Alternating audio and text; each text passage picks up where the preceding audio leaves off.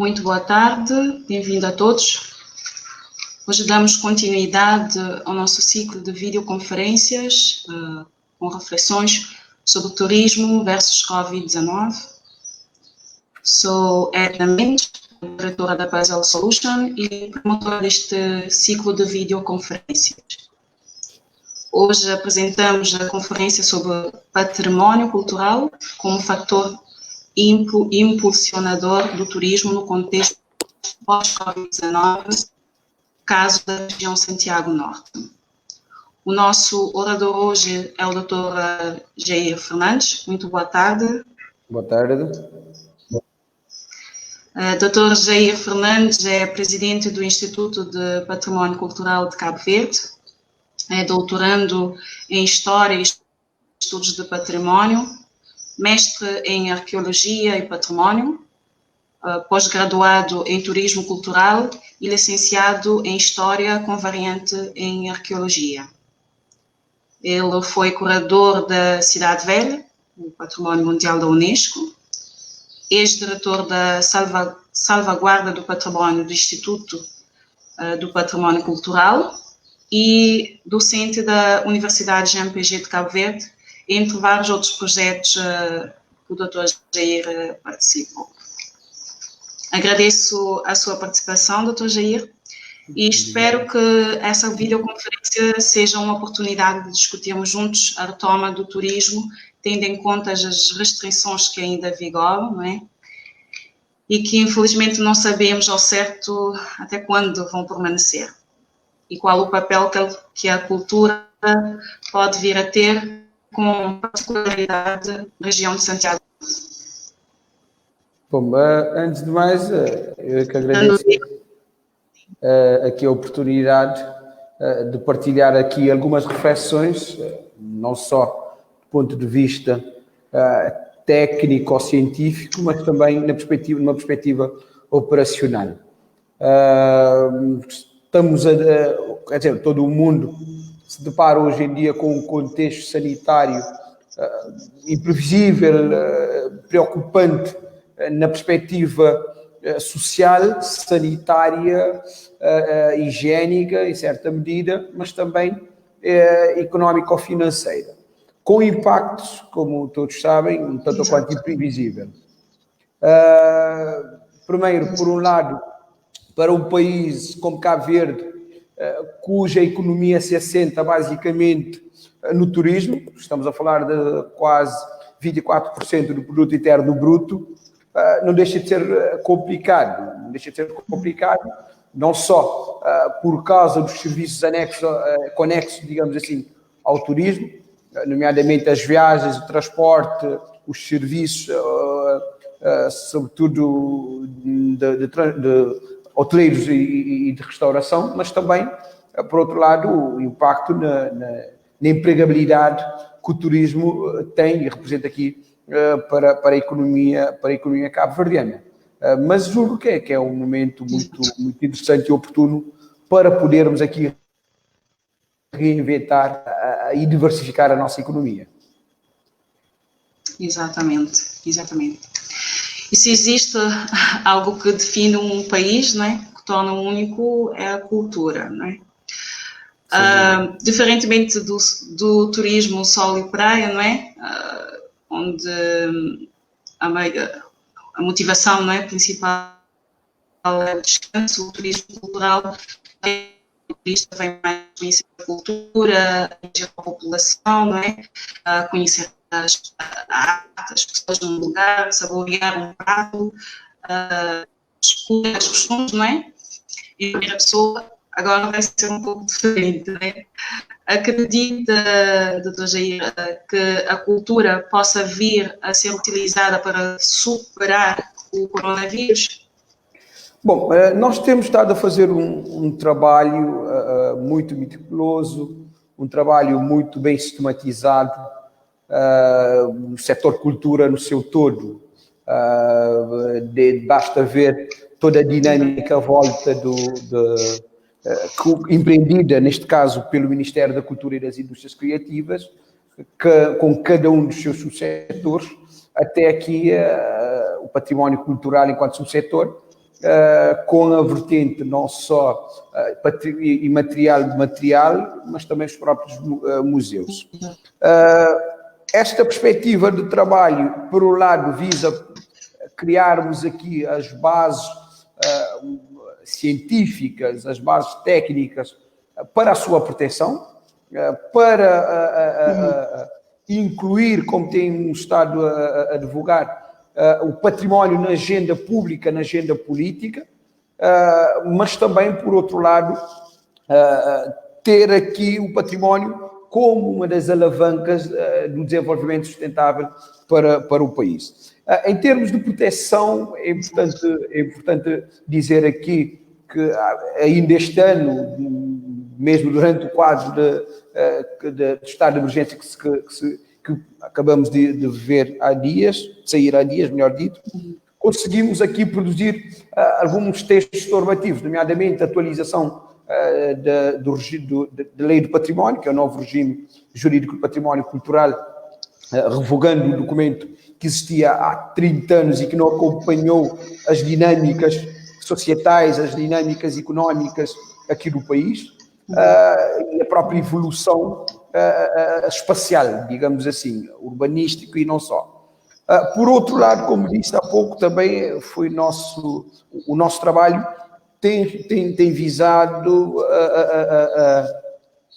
a fortificação institucional do próprio Instituto do Património Cultural, não só a nível da criação, ou melhor dito, da melhoria das condições de trabalho de todos os colaboradores daqui do Instituto do Património, mas também atuarmos ou criar as condições para que o Instituto possa ser mais atuante no sentido de fiscalizar tudo o que tem a ver com a preservação do património cultural, seja os centros urbanos, os monumentos, os próprios museus.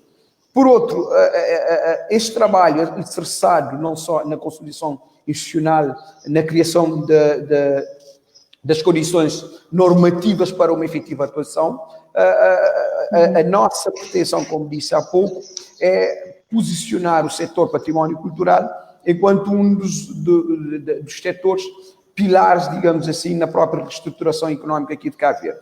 A cultura, no seu sentido mais lato, tem sim esse papel.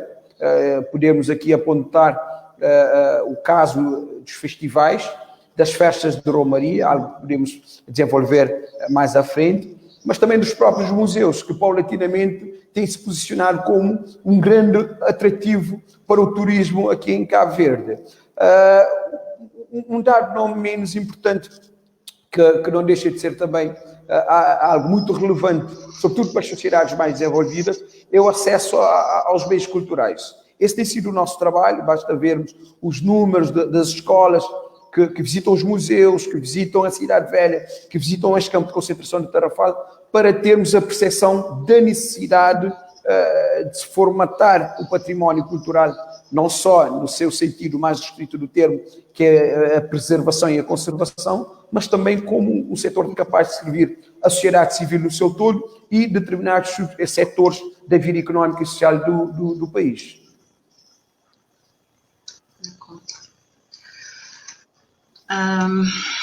Potenciar o interior, olhar para dentro, não é? O turismo interno, para muitos destinos, sobretudo europeus, tem sido o caminho alternativo, não é? A nova solução encontrada para afrontar o regresso às ruas, a retoma das atividades depois, né, do período de confinamento vivido para todos. Estamos em condições de promover e apelar para um turismo interno nas nossas ilhas ou teremos que esperar para o turismo internacional? Não, aqui temos todas as condições reunidas, ou seja, é importante, se calhar só para retomar a última questão aqui, a última reflexão, digamos assim, que é o contributo do setor cultura aqui no desenvolvimento de Cabo Verde, veio aqui à memória o trabalho de Conde Satélite e do Observatório, ou do trabalho feito, digamos assim, pelo Observatório do Turismo de Portugal, que citou basicamente o contributo da cultura para o produto interno bruto em Portugal, não só associado ao turismo, mas aos outros setores da vida económica do país. Estamos a falar de cerca de 11% do produto interno bruto. A contribuição da cultura, estou a trazer aqui exemplo de Portugal, nos 2 últimos anos tem se situado entre 11% a 14%. Ou seja, o que falta aqui em Cabo Verde, que tem sido um trabalho muito sistemático, um trabalho muito metódico, com uma estrutura institucional muito bem encaminhada por parte do Ministério da Cultura e das Indústrias Criativas, é precisamente termos a curto prazo este trabalho feito, não é? Que é efetivamente mostrar qual é o peso das festas de Romaria, dos festivais, do artesanato que se vende aqui em Cabo Verde, da visita à Cidade Velha, aos museus, para o produto interno bruto. Por outro lado,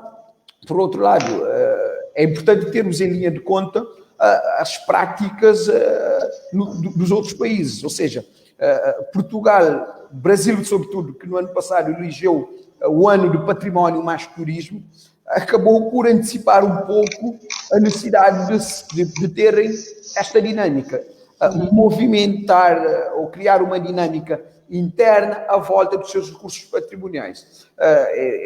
Cito aqui exemplo do Egito, mas também poderia citar exemplo da afluência ao Museu do Louvre, que se cifra por volta de 8 milhões de visitantes ano, ou seja, estamos a ver o impacto real na economia parisiense, na economia francesa, não só para o desfrute de quem visita, mas também o montante sempre é aplicado, o que é arrecadado é sempre aplicado na conservação desse património, na promoção da França, Paris, enquanto destino turístico, não só, como sabemos todos, Paris não tem praias, salvo praias fluviais, mas tem-se posicionado muito bem no quesito turismo cultural.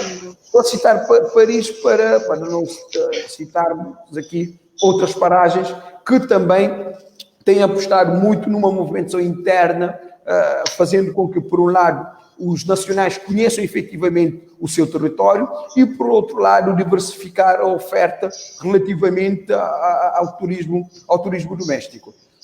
Aqui em Cabo Verde, acho que não é só uma frase feita, a cultura é sim e pode posicionar-se enquanto a maior referência, uma das maiores referências económicas aqui de Cabo Verde, sem dúvida, não tenho a menor dúvida disto, basta vermos aqui as festas de Romaria, que embora não temos aqui nenhuma referência de estudo de impacto das festas de Romaria nas economias locais, mas estaria aqui a grande afluência às festividades de Santo Amaro Abade, ou seja, estamos a falar de uma festa de Romaria que tem capacidade de atrair mais de 50 mil visitantes, ou, por outro lado, as festividades de São João, né, que hoje em dia é património nacional, e que acaba por impulsionar, vou citar aqui o exemplo de um território específico, impulsiona em certa medida a economia de Porto Novo, ou seja, há aqui toda a cadeia de valor económico associado, ou seja, os transportes aéreos, os transportes marítimos, mas também essa senhora, a humilde senhora, que tem ali a sua pequena banca e que consegue vender alguns produtos frescos e alimentares que, efetivamente, para uma economia familiar, para uma economia particular, tem sim o seu peso. Lá está, como disse há pouco, o Ministério da Cultura e das Indústrias Criativas tem estado a fazer esse trabalho junto das câmaras municipais, mas, sobretudo, criar aqui, desde a parte formal, até a possibilidade, a partir desta formalização, de toda esta cadeia de valor ser ou ter impacto na economia nacional através, por exemplo, de impostos, né? Ou seja, aqui estaríamos, sim, não só a formalizar uma prática, a institucionalizar uma prática, mas também estaríamos a contribuir de uma certa forma para o que todos almejam, né? Que é o desenvolvimento sustentável das nossas localidades. A nível nacional, poderíamos tomar como referência desta mobilidade o impacto que poderá ter na dinamização desse turismo interno, o universo de 500 mil habitantes, né, tendo em atenção a situação sanitária que obrigou, em certa medida, o fecho das fronteiras, mas acredito que internamente ilhas como Santiago, Santo Antão, Fogo, ou mesmo a Ilha da Boa Vista, que tem também um rico património cultural, podem efetivamente se posicionar dentro dessa diversidade de ofertas que se quer com o turismo sustentável aqui em Cabo Verde. E falando em particular da região de Santiago Norte, como poderá a região impulsionar o turismo através do seu património cultural durante esse período e pós-Covid-19? Bom, se calhar aqui gostaria de partilhar convosco um estudo que foi feito nos finais do ano transato, que é precisamente um estudo resultante de um financiamento disponibilizado pela Fundação Canária, e que teve como principais parceiros a Direção-Geral do Turismo, as câmaras municipais e os privados, né? Um estudo impulsionado aqui pelo Instituto do Património. Não sei se é certa medida devendo o desafio que temos pela frente, mas o facto é que o estudo diagnóstico do turismo, do património, melhor dito, do património cultural no âmbito turístico para Santiago Norte, teve como principal foco o universo populacional da ilha de Santiago. Estamos a falar de cerca de 220 mil habitantes, mas também os recursos que a ilha de Santiago possui. E quando refiro a ilha de Santiago, Santiago Norte, porque Cidade Velha já tem o seu estudo de impacto produzido, já tem os resultados necessários encomendados pela Unesco, precisamente para podermos avaliar toda a proteção, toda a preservação de um bem patrimonial. No caso de Santiago Norte, levou a ser referência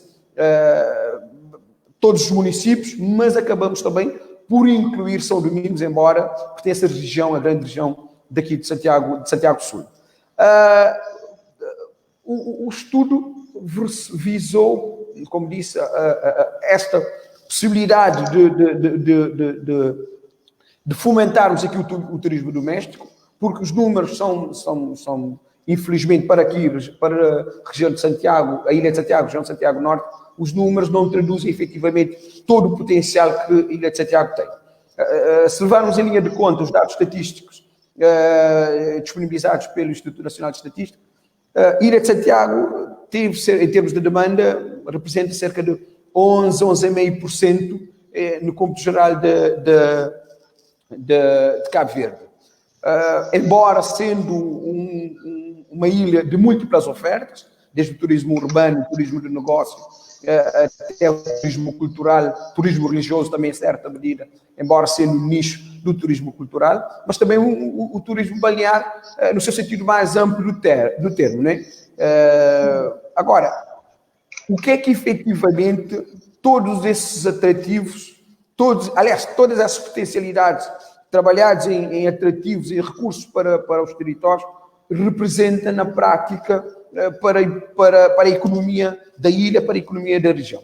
É esse um dos principais objetivos de estudo, que teve como premissa, primeiro, a relevância turística da região Santiago Norte, o estado de conservação do património cultural na região Santiago Norte, mas também a questão da acessibilidade. E quando refiro-me a acessibilidade, é a facilidade de se chegar a um atrativo cultural, mas, por outro, também a própria sinalização, a própria sinalética ou interpretativo deste bem patrimonial.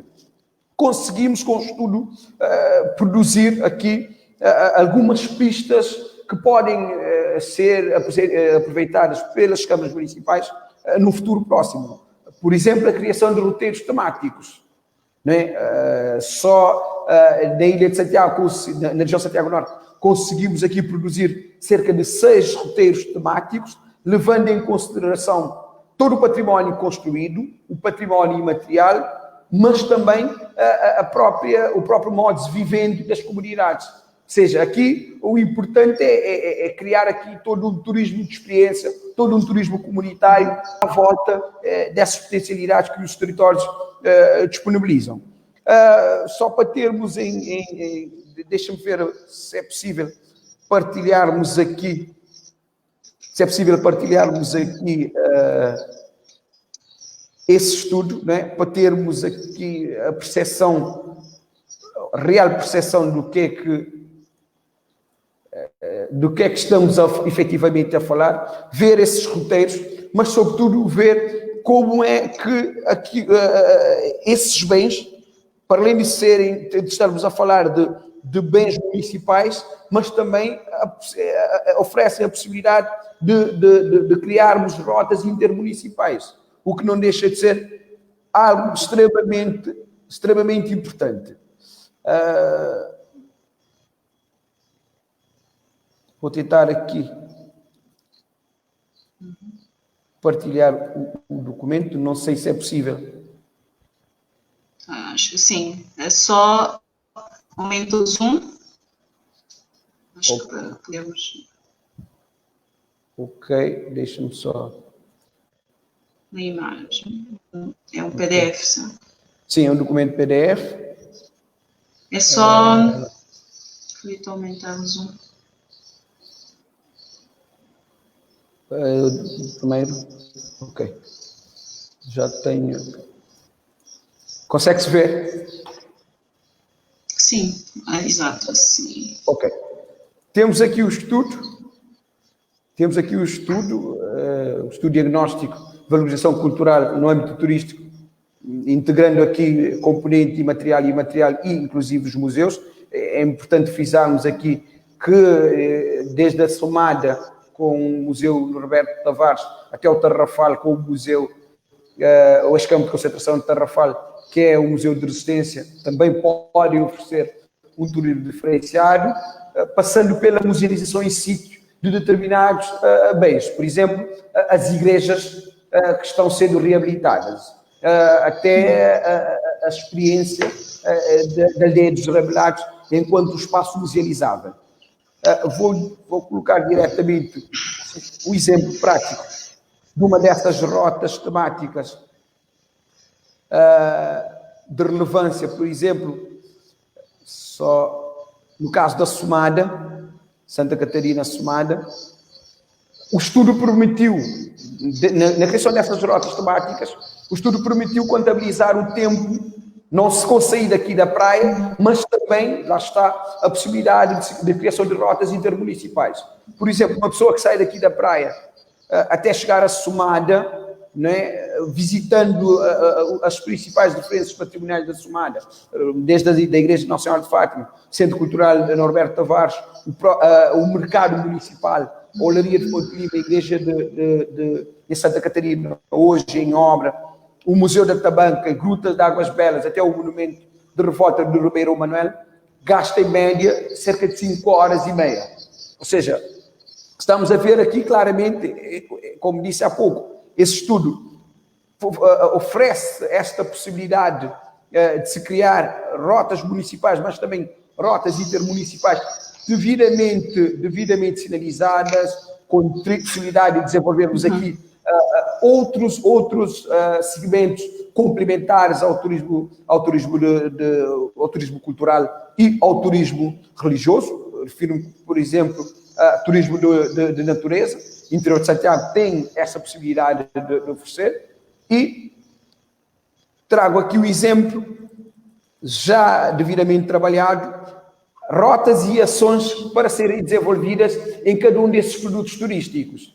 Por exemplo, no mercado dos Picos, que eu tive aqui o exemplo, até a igreja, da Chá da Igreja, o centro histórico de São Salvador do Mundo, que é que eventualmente podem oferecer enquanto narrativa e enquanto conteúdo para quem visita o território. No caso particular, estou a referir-me a São Lourenço, melhor dito, aos Picos.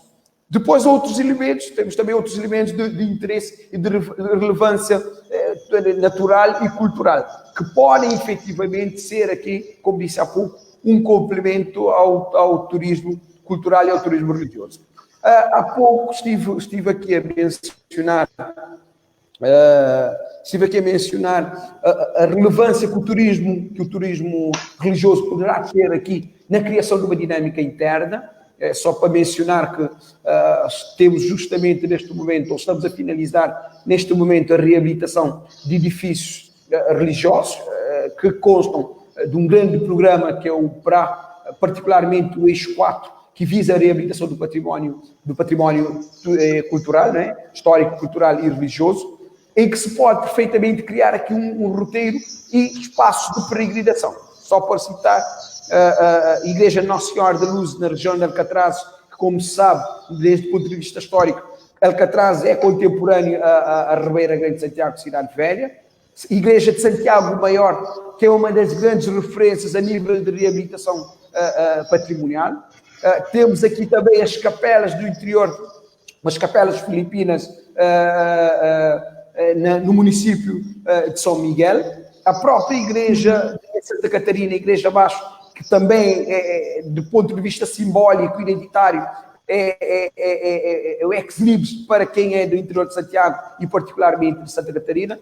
E acrescentaríamos aqui mais duas referências que foram reabilitados ou que estão sendo reabilitados. No caso particular, o Memorial da Revolta do Ribeirão Manuel, que a ideia é de se criar ali um centro interpretativo das revoltas e pode ser perfeitamente um atrativo para o desencravamento e alternativa para quem, por exemplo, está a fazer a rota Praia-Tarrafal, mas também o próprio campo de concentração de Tarrafal, Museu de Resistência, cujo trabalho, para além de dotar o município e o território de um espaço patrimonial e um museu, é também pensar-se um pouco mais além, exemplo da Cidade Velha, trabalhar a sua candidatura para o património mundial.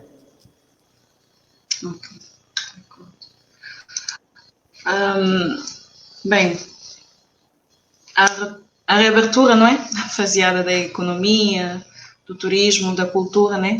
Nessa onda Covid-19, exigirá também novas formas e métodos de trabalho. Se é certo que se avizinha já não tão animador como tínhamos previsto para 2020, sobretudo na área do turismo, né? Que medidas podem ser projetadas para aliviar os impactos negativos no curto prazo, né? E que ajudem a identificar novas oportunidades no médio prazo para os diferentes atores públicos, privados e sem fins lucrativos envolvidos na produção cultural e criativa? Bom, no setor, no subsetor, melhor dito, património cultural, é importante aqui reinventar, digamos assim, mas mais do que reinventar, trazer aqui experiências ou projetos já experimentados em outras paragens. Bom, Covid trouxe aqui, para além do grande mal social e económico para o país, trouxe aqui também novas oportunidades, é preciso frisar.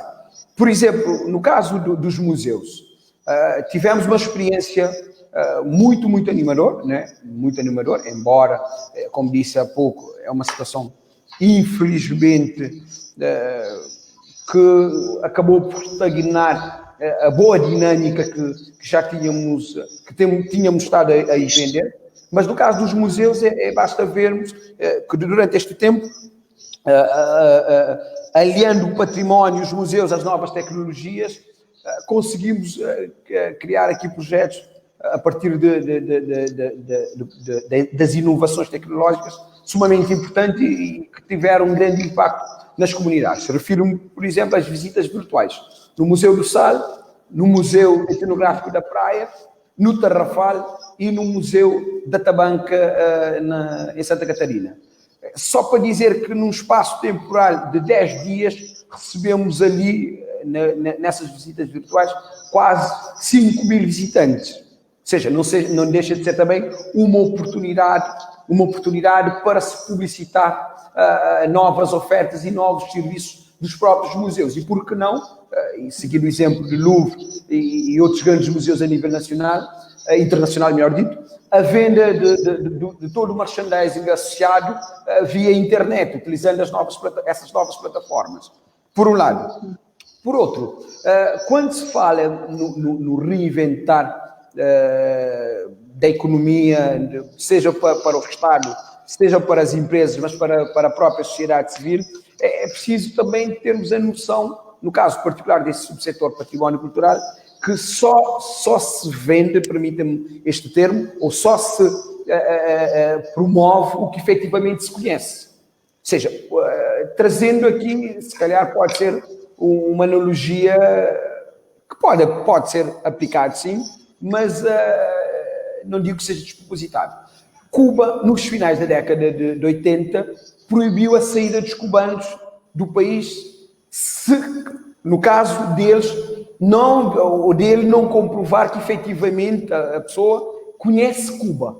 Ou seja, embora, como disse, pode não ser um exemplo que se aplique, porque estamos a falar de um regime, na altura, um regime ditatorial que obrigava, em certa medida, a determinadas ações, mas foi também, por outro lado, interessante porque o próprio cubano passou a valorizar o seu património cultural, o seu rico património cultural. Nos dias de hoje, o que não só este período pré-pandemia, pandemia e pós-pandemia, traz aqui um desafio que é um trabalho sistemático que temos estado a desenvolver com o Ministério do Turismo, através da promoção de Cabo Verde, através da promoção dos bens culturais, não só as que já têm um estatuto internacional, Morna e Cidade Velha, e os que constam da lista indicativa de Cabo Verde para a Unesco, mas também dos bens mais minimalistas, se o termo pode ser aplicado. Ou seja, aqui abre-se uma oportunidade, por um lado, de se conhecer efetivamente todos os bens patrimoniais, as localidades, as festividades que temos aqui em Cabo Verde, possibilitando uma maior interação do cabo-verdiano com o seu habitat, no seu sentido mais lato, né? Basta dizermos aqui que há cabo-verdianos aqui na cidade da Praia, inclusive, que não conhecem a Fortaleza Real de São Filipe, cuja entrada é gratuita para o Nacional. A mesma coisa poderia apontar para este campo de concentração do Tarrafal, cuja entrada é gratuita para o Nacional. Este período pós-pandemia irá naturalmente, por um lado, como disse há pouco, obrigar, entre aspas, o cabo-verdiano a conhecer, já que está impossibilitado de sair para fora do país, não só por causa das restrições, das restrições nas fronteiras, mas também a confiança, a própria confiança do turista. Ou seja, quem vai sair nesta altura para visitar Lisboa ou Ilhas Canárias, né? É preferível jogar pelo seguro. Agora, por outro lado, poderá desenvolver um caráter empreendedor para o nacional. Ou seja, temos necessidade de serviço de guia. Julgo que não é o Estado, as estruturas estatais, a criar aqui pequenos serviços que podem ser acoplados à vasta oferta. Ou seja, um jovem empreendedor da Cidade Velha, no Tarrafal, na Ilha do Maio ou em São Vicente, tendo essas ideias empreendedoras associadas aqui ao património, desde os aplicativos para os telemóveis até serviço de transporte e guia nos territórios, que tem um impacto não só na empregabilidade das pessoas, mas também um impacto direto na melhoria de vida dessas áreas. Ou seja, podemos abrir aqui, no pós-Covid, inúmeras janelas de oportunidade. E este subsetor património cultural, que hoje já temos um inventário exaustivo de todos os bens patrimoniais a nível nacional devidamente georreferenciado, pode efetivamente fornecer aqui ferramentas para um trabalho do jovem empreendedor, para o ensino, desde o pré-primário ao universitário, mas também para a efetiva gestão do território, no caso particular das câmaras municipais. Apresentei há pouco o exemplo de Santiago Norte, que eventualmente pode ser ou pode se posicionar não só como região, mas as câmaras municipais, de uma forma individual, podem tirar proveito desses recursos que o território oferece. Porque não estou a ver antes, como os dados do Banco Mundial apontam, que a retoma do turismo internacional, como se vinha verificando até os finais de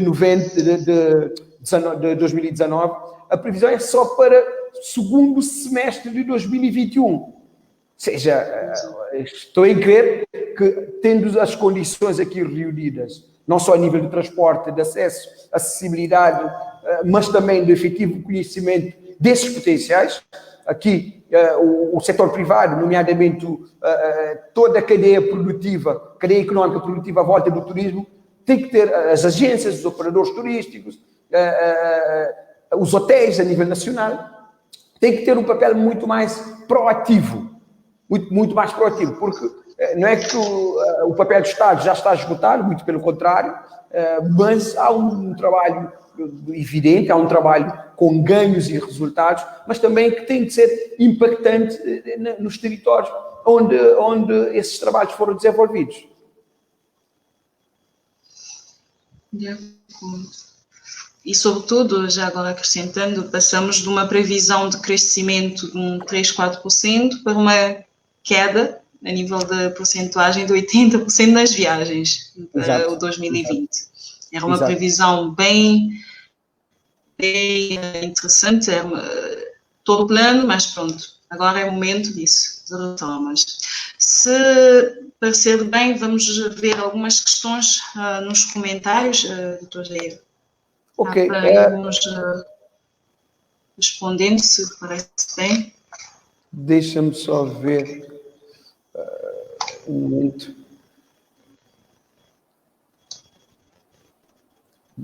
Só para recapitular, se calhar era fazer aqui um apanhado, digamos assim, desta nossa reflexão, mas mais em jeito de provocação. Ou seja, estamos naturalmente, ou infelizmente, melhor dito, perante uma situação global, uma situação de pandemia a nível internacional, com as restrições que o momento nos impõe, e exigindo aqui, em certa medida, recriarmos o nosso próprio modo de viver, recriar a própria economia e, por que não, também apelar aqui um pouco à solidariedade, que tem sido uma frase, a solidariedade tem sido uma frase recorrente a todos os níveis. E isso é visível aqui nas nossas paragens.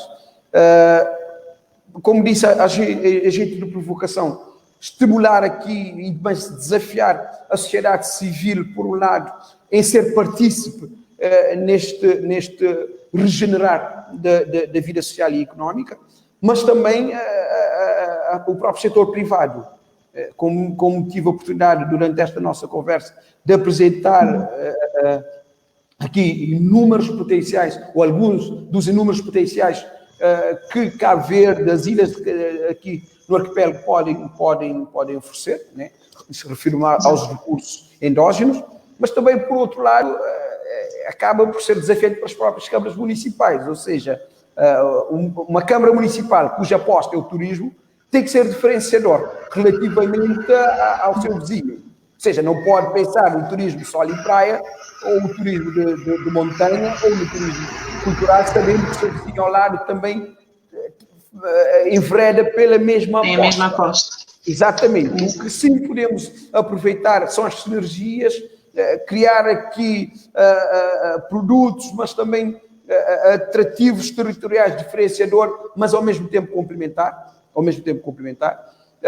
Citei há pouco o exemplo das festividades, das festas de Romaria, nomeadamente as festividades de São João na ilha de Santo Antão, mas também poderia citar a Ilha da Brava e as festas de Romaria de Santo Amaro Abade, que têm um potencial extremamente interessante. Aqui o desafio vai para as câmaras municipais do seu todo, a necessidade de estudarmos efetivamente o impacto das festas de Romaria nos municípios, porque só com os dados é que se pode tomar medidas assertivas para um desenvolvimento sustentável dos nossos territórios, mas, por outro lado, fazer com que a população seja partícipe, porque estou em crer que, para o visitante nacional, refiro-me basicamente ao turismo interno, a forma de viver do santiaguense, que é diferente da forma de viver do salense,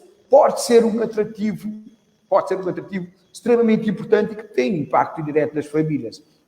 Cidade Velha já deu prova, embora de forma muito, muito pontual e tenue, já deu prova disso, ou seja, famílias que recebem visitantes nas suas casas, partilhando as experiências, partilhando o seu dia-a-dia, porque hoje em dia disso se trata, pese embora a desconfiança por causa desta doença, mas julgo ser aqui também, como disse, um espaço de reflexão, mas também de criarmos oportunidades, de partilharmos oportunidades e que sejam efetivos e que tenham impacto no desenvolvimento sustentável dos nossos territórios. Muito bem, fica aqui registado, não é? Depois também vamos fazer iremos, depois desse ciclo de videoconferências, vamos fazer relatórios e poderemos partilhar esse desafio que deixou aqui. Ok, só para finalizar mesmo, sim. O estudo que tive a oportunidade de dar aqui uma pequena pincelada, será disponibilizado aqui nas plataformas do Instituto Património Cultural. Gostaria aqui de acrescentar que já temos uma equipa mista de trabalho com o Ministério do Turismo, todos os subsetores do Ministério da Cultura e as câmaras municipais, precisamente para a implementação desse estudo, que tem como suporte financeiro o próprio Banco Mundial, que está aqui sinalizado como uma das entidades financiadoras, e que, como disse, o centro de estudo disponibilizado para os operadores, mas também para a própria academia, poderá servir, em certa medida, como experiência piloto a serem aqui desenvolvido nos outros municípios e nas outras regiões aqui do país. Passamos às perguntas. Temos alguns nomes aqui. Eu vou colocar a primeira em crioulo. Deixa-me compartilhar consigo. Não sei se consegue ver. Já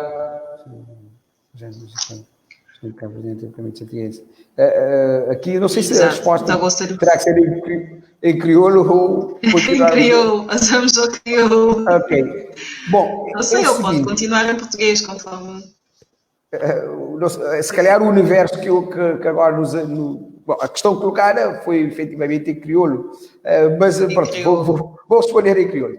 É assim, o que não tem estado a fazer a nível de valorização de festas, géneros musicais, a própria língua cabo-verdiana, mas também do próprio património construído, é um trabalho de base, porque não há assim, durante esse nosso período de gestão, um trabalho muito feito, um trabalho muito saturado, um trabalho desde a década de 80, que passa por diferentes estruturas e diferentes técnicos ali neste Património, mas que falta, em certa medida, uma sistematização dos dados. Só para citar o exemplo de Morna. Em 2015, no estudo NOBI, foi criado uma comissão para classificação de Morna enquanto património.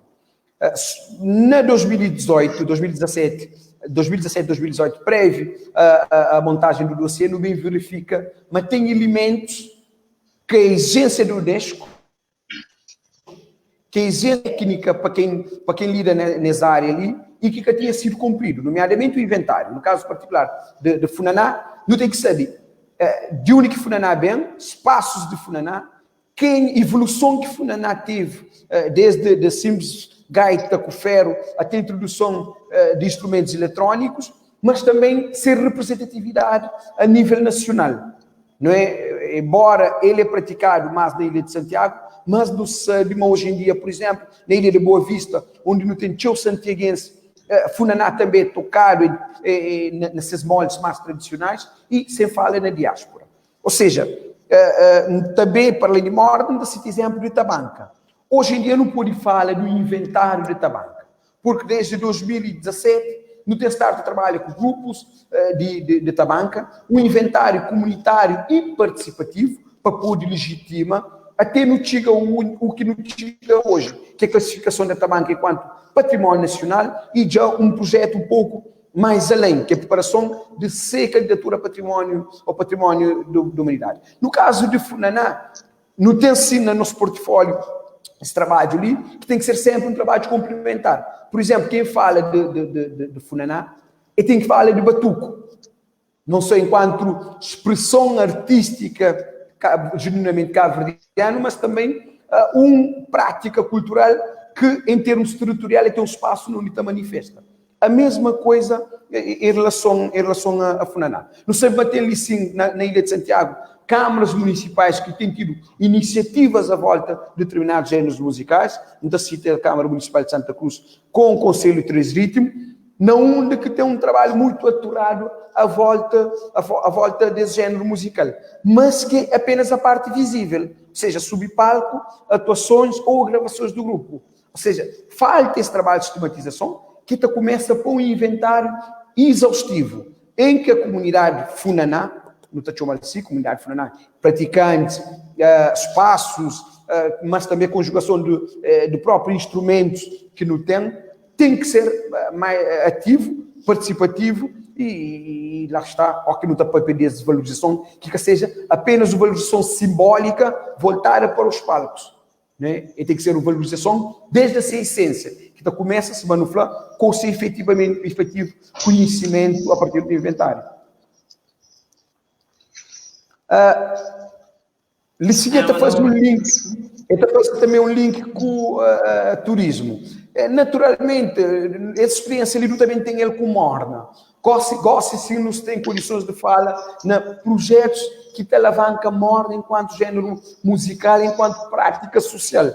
Que é um outro dado muito importante, que a hora que não te pensa nos géneros musicais, não te cingir apenas a componente música. Não. Caso de Morna, é que foi só género musical que foi classificado enquanto património da humanidade, mas a própria prática social.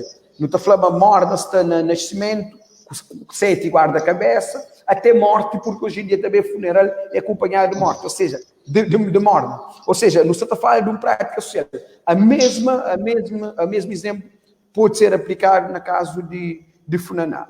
E na Morna, só para finalizar, o que não tem estado a fazer é criações ou promoção de espaços da Morna. Já não tinha em carteira, infelizmente não tive que parar, mas não também retomar no segundo semestre, a edificação das casas da Morna. Desde Casa Museu Eugênio Tavares, na Ilha Brava, Centro de Investigação da Morna, também na Ilha Brava, até Casa da Morna Saudade, na Tarrafal de São Nicolau. Está previsto quatro espaços do género.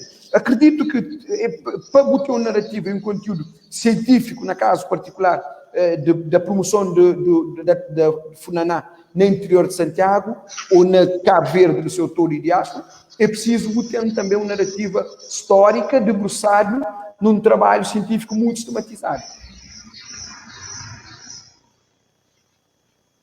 Ele respondeu só instante. Aqui o comentário, Felipe, já mais de tudo, né? Certo, uma valorização desde existência, passando Exato. Caminho até palco. Né? Exatamente. Temos aqui, voltamos ao português, okay. Temos aqui 4 perguntas. Eu vou colocando e respondo já uma vez, aqui, AF Moura. Porque a casa, a residência de Amigão Cabral em Cruz Grande está abandonada, espera, temos mais. Ele fez seguidas. A casa de Telhal em Engenhos.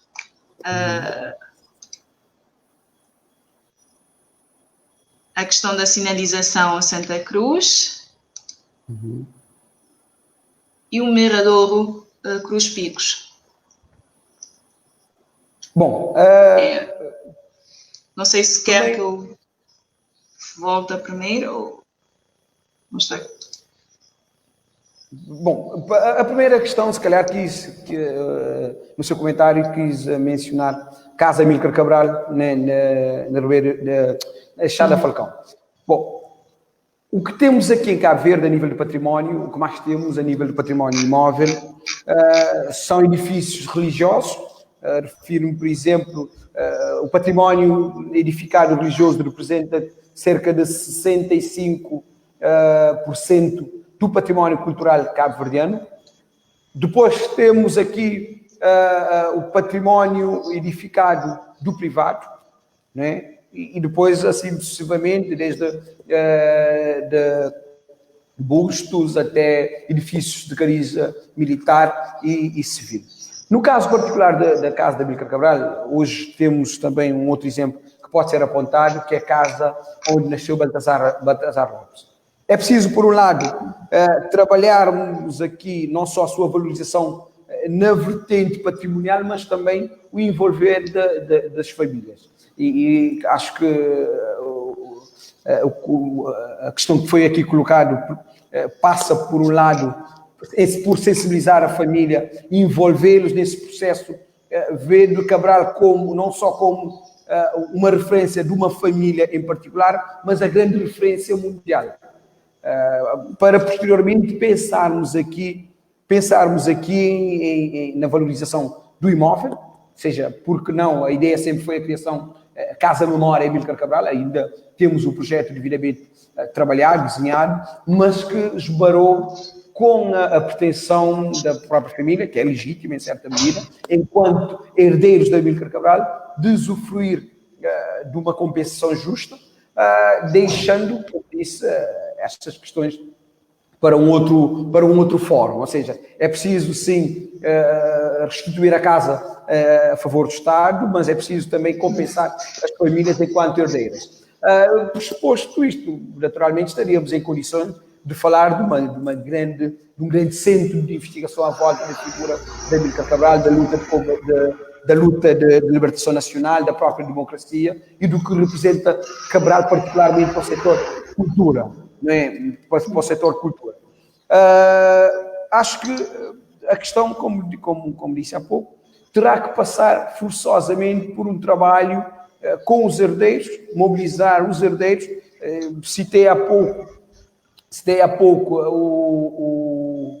a casa Eugênio, onde nasceu Baltazar Lopes da Silva, já um trabalho promovido pela Câmara Municipal de Ribeira Brava junto dos herdeiros, que já se disponibilizaram um trabalho win-win, em que o Estado reabilita a casa e depois há um contrato de gestão, um protocolo de gestão, em que será ali edificado um projeto à volta da figura de Baltazar Lopes da Silva. Esse exemplo também poderia ser aplicado à Casa Amílcar Cabral. A outra questão era já a Casa Interior, Engenhos. Bom, há um inventário aturado, um inventário que temos estado a desenvolver aqui no Instituto de Património Cultural, que é um inventário de todos os imóveis com valor patrimonial. Quando refiro um valor patrimonial, estou a falar de edifícios com mais de 70 anos de idade, né? Com mais de 70 anos de idade. Não sei se é possível aqui também partilharmos o ecrã para que o público tenha ideia desse trabalho. E deixa-me só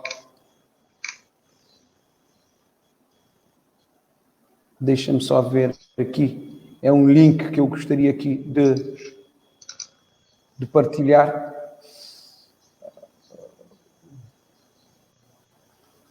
Não sei se consegue projetar. Consegue-se. Ok. Sim. É o Inventário Nacional do Património Cultural e Imóvel, onde temos ali georreferenciado todos os bens com potencialidade patrimonial a nível nacional.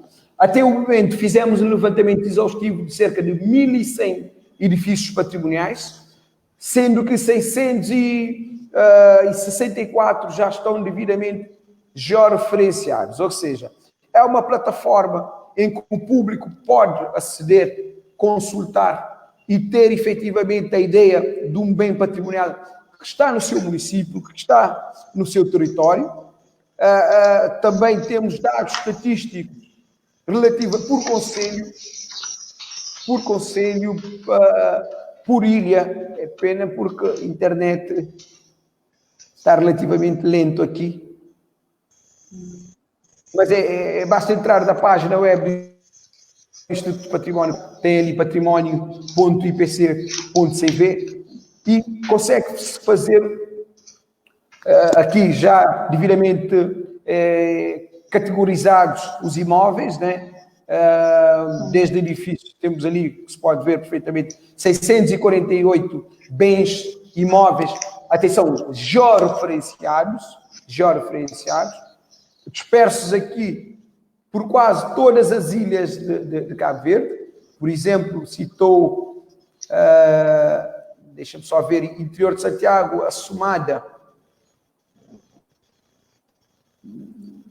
Assumada, interior de Santiago. Ou seja, aqui, como disse, um trabalho muito... Sai aqui uma janela com a informação histórica e patrimonial do bem, não é? Do bem. É pena porque a internet não nos possibilita... Compartilhei o site perfeito. nos comentários também. Muito bem, muito bem. Depois aceder e ver. Permite ter ideia do que estamos aqui a falar relativamente ao inventário e às informações de cada bem inventariado. Tá bem. Seguimos. Aqui temos. Ok. Outra questão.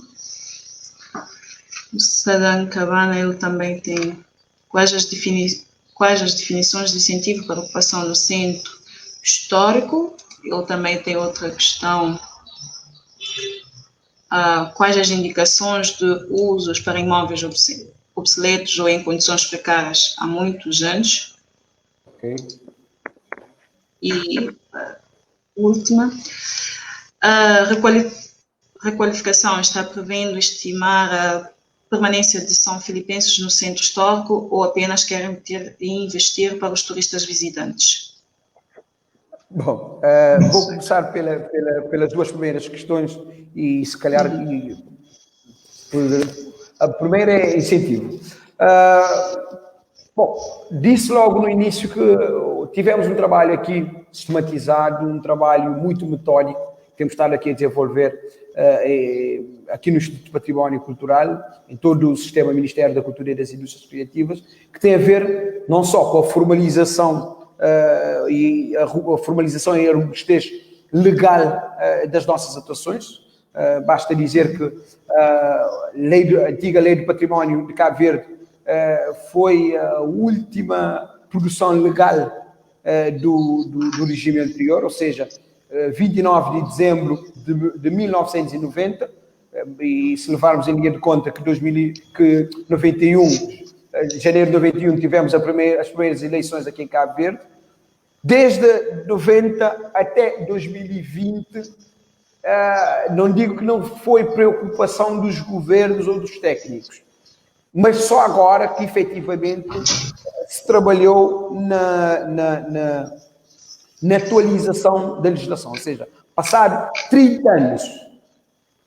As questões aqui colocadas, se for somente pela anterior legislação, não conseguiríamos lá chegar, ou a própria legislação criava aqui bloqueio à administração central e autárquica para responder aos ensejos da comunidade. Ou seja, desde a nova legislação, prevê, por exemplo, os incentivos fiscais e aduaneiros para quem tem um imóvel no centro histórico e que queira fazer uma intervenção. Ou seja, se o meu amigo na Ilha de Fogo, um proprietário da Ilha de Fogo, quiser fazer uma intervenção de reabilitação, desde que tenha um parecer favorável aqui do Instituto e o seguimento da Câmara Municipal, a aprovação do projeto, podemos efetivamente, junto do Ministério das Finanças, pedir desde das isenções aduaneiras, comprovando que efetivamente os materiais importados serão aplicados na reabilitação do edifício,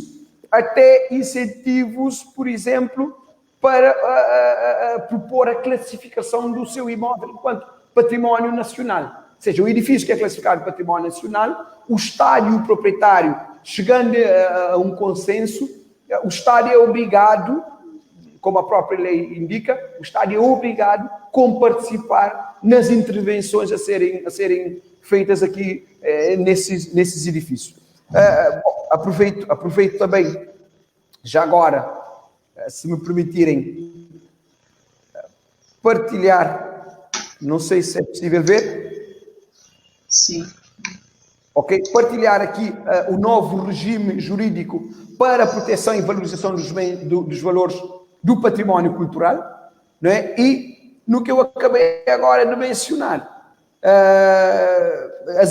os incentivos para os edifícios classificados ou em vias de classificação e que estejam localizados também em espaços considerados como um património nacional. Esta mesma legislação que foi aprovada agora, que foi publicada, melhor dito, agora no passado mês de abril, 20 de abril de 2020, ou seja, passado 30 anos, prevê contraordenações. Por exemplo, temos atentados, se me permitem o termo, que é forte para o caso, mas temos atentados ou agressões contra o património. Basta vermos nos centros históricos, Ilha de Fogo é um exemplo, de privados ou próprio poder camarário ou poder central fazer ali intervenções um tanto ou quanto arbitrárias. Ou seja, esta legislação prevê a aplicação de coimas até prisões em certas atuações. Ou seja, há aqui toda uma preocupação não só sancionatória, como acabei de mencionar, mas também de incentivar e promover determinadas práticas ou boas práticas patrimoniais. Isto é sumamente importante no momento em que se fala do turismo para os centros históricos, no momento em que se fala da promoção do património cultural nos centros históricos e não só, e na diversificação também da oferta turística em Cabo Verde. Ou seja, quem visita a Ilha de Fogo quer ver um sobrado devidamente reabilitado e que sirva, por exemplo, como um espaço de contemplação. Não só enquanto museu, mas também pode ser até um espaço hoteleiro ou boutique hotel. Há sempre esta possibilidade, se levarmos em linha de conta o que se tem feito noutras paragens. Agora, aqui é questão sempre do bom senso. Já estamos numa fase de socialização da legislação. O privado pode, sim, também aqui cobrar do Estado. Ou seja, se antes a legislação anterior tinha um caráter estatizante, agora não, porque é observado aqui todos os valores fundamentais e as garantias dos tutelados, né? Ou seja, permitir, em certa medida, que o cidadão, como bem menciona a Constituição da República, do seu artigo 79, possa efetivamente usufruir do seu património. A outra questão... Convidaria a partilha também deste documento, que está disponível na página web do Instituto de Património Cultural. A seguinte questão: quais as indicações de usos para os imóveis obsoletos ou em condições precárias há muitos anos? Sim, como disse, se calhar só para responder a esta questão, que acaba por ser um complemento à questão anterior, à legislação. As câmaras municipais desenvolveram, algumas câmaras municipais, nomeadamente a Ilha de Fogo, desenvolveram posturas municipais. Ou seja, um edifício patrimonial que está em ruína, desde que ao proprietário é lhe dado um prazo para uma intervenção, porque também estamos a falar da saúde pública, da segurança das pessoas, e isto é importante observar, mas também da imagem um tanto ou quanto degradante que os edifícios obsoletos impõem às cidades. Relativamente ao seu uso, depende porque um proprietário pode querer, por exemplo, reabilitar um edifício e torná-lo como um espaço hoteleiro, ou restaurante, ou inclusive um museu ou uma moradia. Isso depende, em certa medida, das pretensões desse proprietário. No caso da Ilha de Fogo, que fizemos o inventário, O trabalho que se tem feito é sinalizar, inventariar, georreferenciar esses bens patrimoniais, esses edifícios, mas também disponibilizar para arquitetos daqui do Instituto do Património Cultural, os técnicos daqui do Instituto do Património Cultural, para orientar um proprietário que queira fazer uma intervenção no edifício obsoleto. Precisamente precavendo a salvaguarda do traçado arquitetónico, da salvaguarda do conjunto e a salvaguarda do que este edifício patrimonial pode representar na atração ou na atratividade para o turismo, por exemplo, para a comunidade, mas também para a própria família, porque muitas vezes, no caso, o colega anterior tinha citado Casa Amílcar Cabral Lachada Falcão, há famílias que, pronto, por questões até de conveniência, preferem não abdicar desses edifícios, desses imóveis, em detrimento de uma intervenção por parte do Estado, uma intervenção que, em certa medida, compensa, deixando cair em ruína. Mas aqui, não só a Câmara Municipal, com as posturas municipais, a própria legislação que eu apresentei há pouco, observa estas questões, porque tivemos há bem pouco tempo um exemplo na Ilha de São Nicolau, que um proprietário deixou cair um imóvel precisamente para edificar ali um projeto completamente novo. Ou seja, aqui há um trabalho de sensibilização, mas também um trabalho de intervenção a montante, salvaguardando, como disse há pouco, o imóvel e o que representa como geral. Ainda com o Sr. Saddam, a requalificação está prevendo estimar a permanência dos são filipenses no centro histórico ou apenas quer investir para os turistas visitantes? Isto depende da estratégia das câmaras municipais. Mas tem que ser sempre, como posso aqui mencionar, uma estratégia conjunta. Porque Brasil, mais concretamente São Salvador da Bahia, sofreu algo que é um exemplo de más práticas. São Salvador da Bahia é classificado como património mundial. O Estado brasileiro investiu ali muito dinheiro na reabilitação do centro histórico, dos edifícios, mas lá está, mumificando o centro histórico para quem visita. E isso acabou por implicar a curto prazo uma inflação induzida no próprio centro histórico, ou seja, o morador não tem condições para se fixar no seu espaço natural e quase que é-lhe obrigado a sair, deixando a cidade como, refiro à cidade de São Salvador da Bahia, a cidade como se fosse uma cidade fantasma, uma cidade mumificada, uma cidade para o turismo. E é uma prática banida hoje em dia pela Unesco, porque não queremos produzir Disneylândia em espaços patrimoniais. Né? É assim, quem visita o centro histórico quer conhecer a vivência do centro histórico, quer usufruir de espaços de memória, espaços de socialização dos habitantes, quer consumir numa taberna ou numa loja típica do centro histórico, que efetivamente acaba por constituir o modus vivendi ou a forma do cotidiano do próprio centro histórico. No caso particular de São Filipe, acho que ainda não chegamos a este ponto. Como disse, terá que ser sempre um trabalho conjugado entre a Câmara Municipal, o Poder Central, no caso particular o Instituto do Património Cultural, o Ministério da Cultura e das Indústrias Criativas e o próprio Ministério do Turismo, mas também a comunidade, que tem um papel extremamente importante nesse processo, porque há sempre a tentação da inflação, como disse há pouco, sobretudo a nível do imobiliário, nos centros históricos. Lisboa passou por isso, Porto passou por isso, Barcelona passou por isso. Ou seja, hoje em dia a tendência é viver e empreender a nível do imobiliário nos centros históricos. Isso, por exemplo, São Filipense, que tem ali um sobrado e que chega aqui um empreendedor estrangeiro com 2 milhões de euros, naturalmente que o São Filipense cai na tentação de vender o seu imóvel com valor patrimonial para ir viver nas aforas da cidade. É isso que nós não queremos, porque senão poderá causar a desertificação da cidade. E a cidade da Praia passou por isso, está a pagar por isso, ou seja, se até finais da década de 90, 98, 99, tínhamos cerca de 15 mil pessoas a residirem no platô, hoje em dia esse número não representa nem 10% do total. Ou seja, houve uma clara desertificação em detrimento dos serviços, de negócios, de comércio, que ali densificou no centro histórico.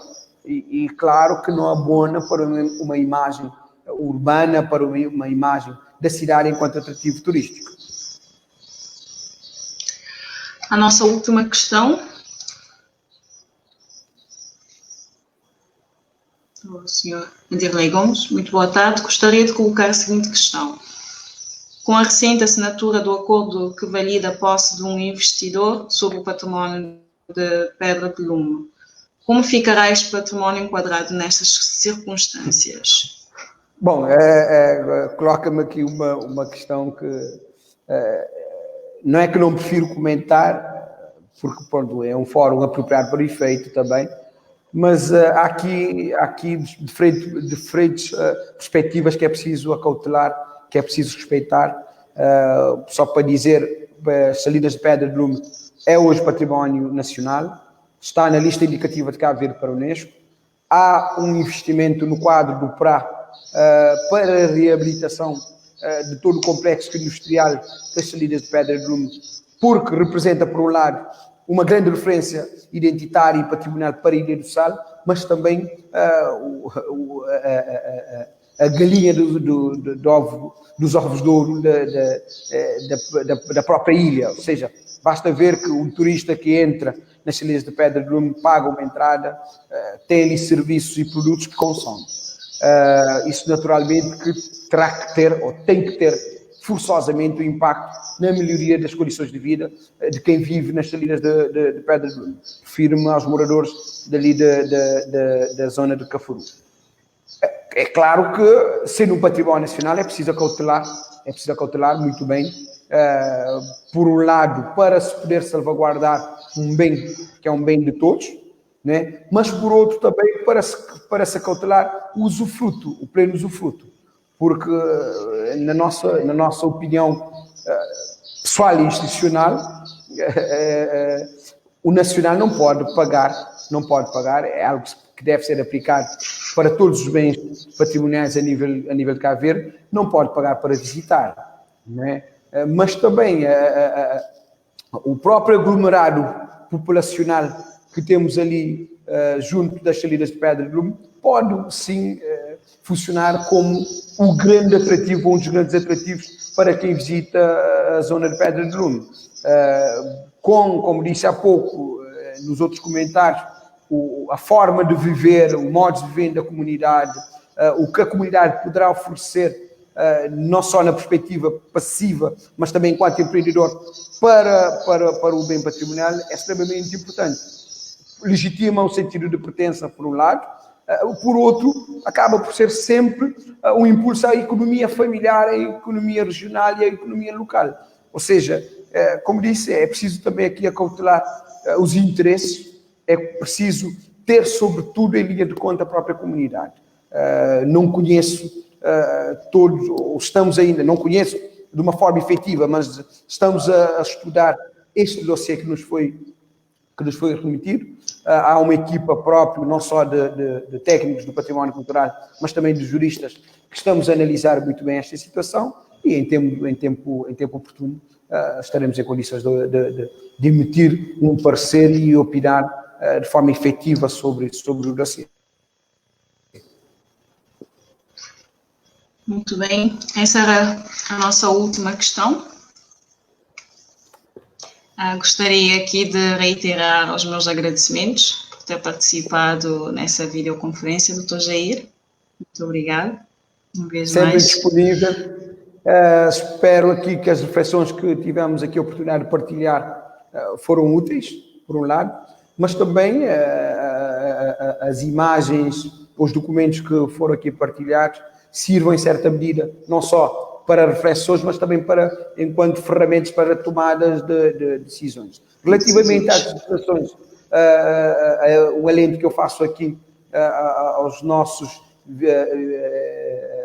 espectadores, né, aos nossos espectadores, ou telespectadores, não sei se é o caso, que interajam com esses documentos, porque, em certa medida, para se valorizar é preciso conhecer. Algo que eu disse lá atrás, é preciso conhecer, é preciso, sim, questionar o que foi feito aqui, mas também é preciso questionar com alguma clarividência, um pouco desapegado, digamos assim, em certa medida, de paixões. O património é algo, sim, que traz muitas paixões.